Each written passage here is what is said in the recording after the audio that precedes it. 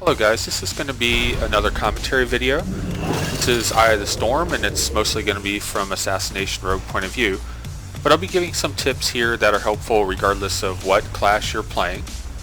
And first of all, notice there always have gliders, and this is an advantage for Alliance. You can glide all the way down to this bridge, and also if you're a rogue or a feral druid you can do that while stealth.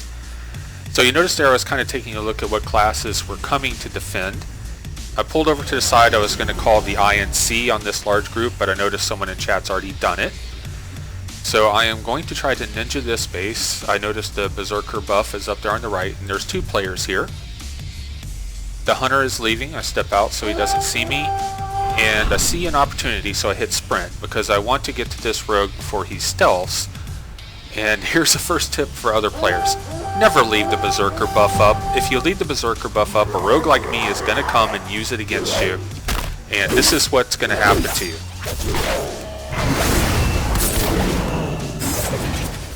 So I'll get back to the rogue shortly, but I want to show some footage of defending.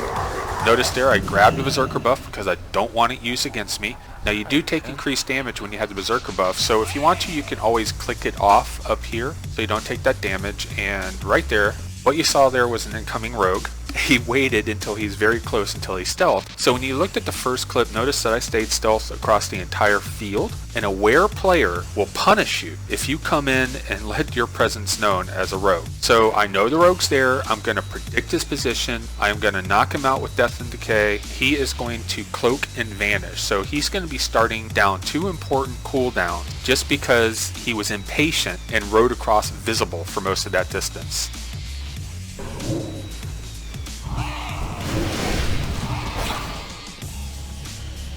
Okay, so I did get a disease on him there before he disappeared, which means he had to use cloak. And let me explain what's going to happen here. A feral druid's going to open on me. And instead of breaking that feral druid stun with IBF immediately, I purposefully wait to use my IBF until towards the end of the feral druid stun because I know the rogue is here. And, you know, even average players now, they know to chain their CC. So what's likely to happen is that the rogue is going to wait towards the end of the feral druid stun before he opens and tries to stun lock me, and I want to use my IBF late in the druid stun to try to catch the rogue wasting his openers into my IBF. Problem with breaking the stun with IBF immediately is that the rogue might notice that and then he'll just stay in stealth and wait until the IBF is down and then open on. They have 3 towers and the flag.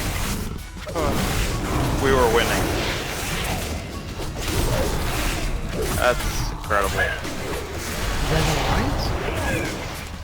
Nope.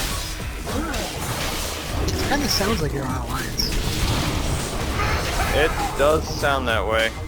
That worked exactly as I had hoped it would. I held off on my IBF until late in the druid stun. The rogue opened into my IBF and he wasted his cheap shot and his kidney shot. He's an assassination rogue, so I threw up AMS and then he couldn't do anything, so he just ran off, you know, tried to go for the re-stealth, which allowed me to set up the druid for a big burst and I killed him. But you notice I am hurting really badly here. I was kind of playing the lame duck here, trying to draw the rogue in, so the rogue sees I'm real low health and he's high health. So he's like, okay, I can still like kill this guy. He's coming in, and as he's coming in, just before he can make contact with me, I pop Corpse Shield. So I'm making it look like I'm so weak where he is going to end up committing, and then I'll turn it around on him by doing some death strikes to get my health up. Low.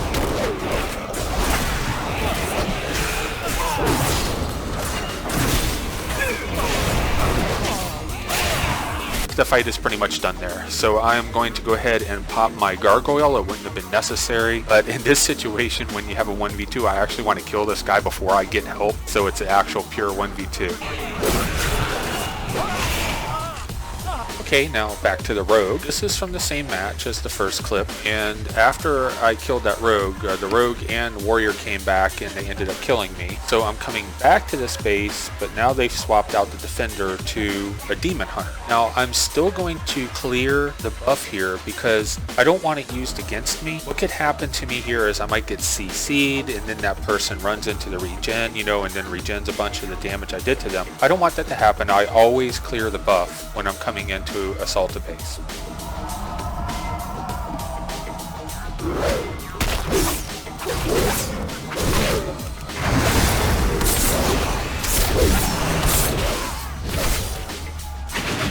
So I didn't have Berserker buff there, so you saw my damage is just ridiculous. The Assassination Rogue. I'm also using gunpowder charges, so that just takes it over the edge. I'm not even sure why they have gunpowder charges hitting as hard as they do, but I'm going to take advantage of them. So I kill that Demon Hunter extremely easily, but I can see in the background there's people coming. Now the Demon Hunter, they got their bleed up on me, so I'm having to wait that out. I'm looking at the bleed timer here, and right it goes. There's a rogue. Shadow step to him, and I just throw a rupture on him. There's 3 people there, so I just vanish. There's no way I can win that fight. Okay, so at this point you might be wondering, what are you hoping to accomplish here? I vanished, I move on the other side of the base, and I'm taking a look to see where they're headed. I have a person leaving here, the shaman is up there, the demon hunter is up here. What I didn't see leave was the rogue, right? The shaman you just saw left. So the demon hunter is the only person there, but I know the rogue is hanging out there. So I'm going to switch to harassing the other base. That is the whole point of this. This is harassment. It's very difficult to cap these bases by yourself solo because the progression on capping the base is so long that they can always react in time and come back with people. But look at how many people they're coming back with. At that base right there, if you count the demon hunter that I killed, they came to defend with 3 other people. That's 4 people. That's 4 people coming back to deal with 1. That means on the other side of the map, my team should have the numbers advantage. Now, this is a pug. They may or may not be able to take advantage of that numbers advantage. But this is what I'm doing. I'm harassing the other side, causing them to always have to bring people back to recap the base or to defend it. So I've moved over to Blood Elf Tower. Again, there's a demon hunter guarding the other one. The same demon hunter I killed, but I suspect that there's a rogue there waiting to open on me when I open on demon hunter. So I've come over to this side. There's only a hunter here who's going to die pretty easily.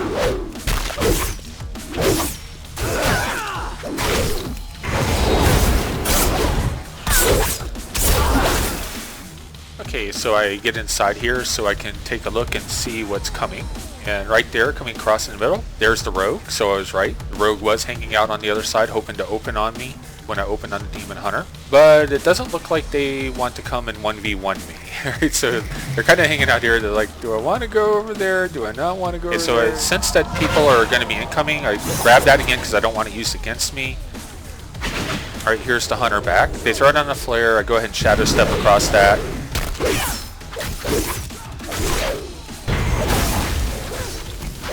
Use cloak on the binding shot.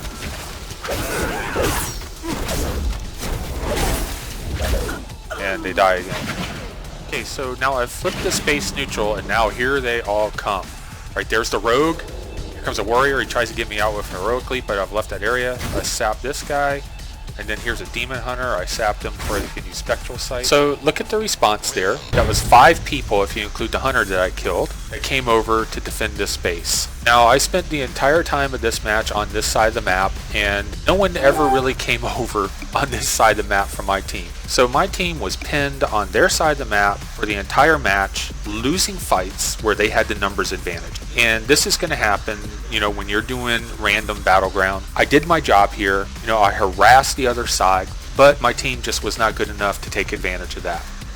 Okay, and here's the last fight of the match for me. You see Horde just totally dominated our team. They have 3 bases. They've been capping all the flags in the middle, even though our team outnumbered them in those fights.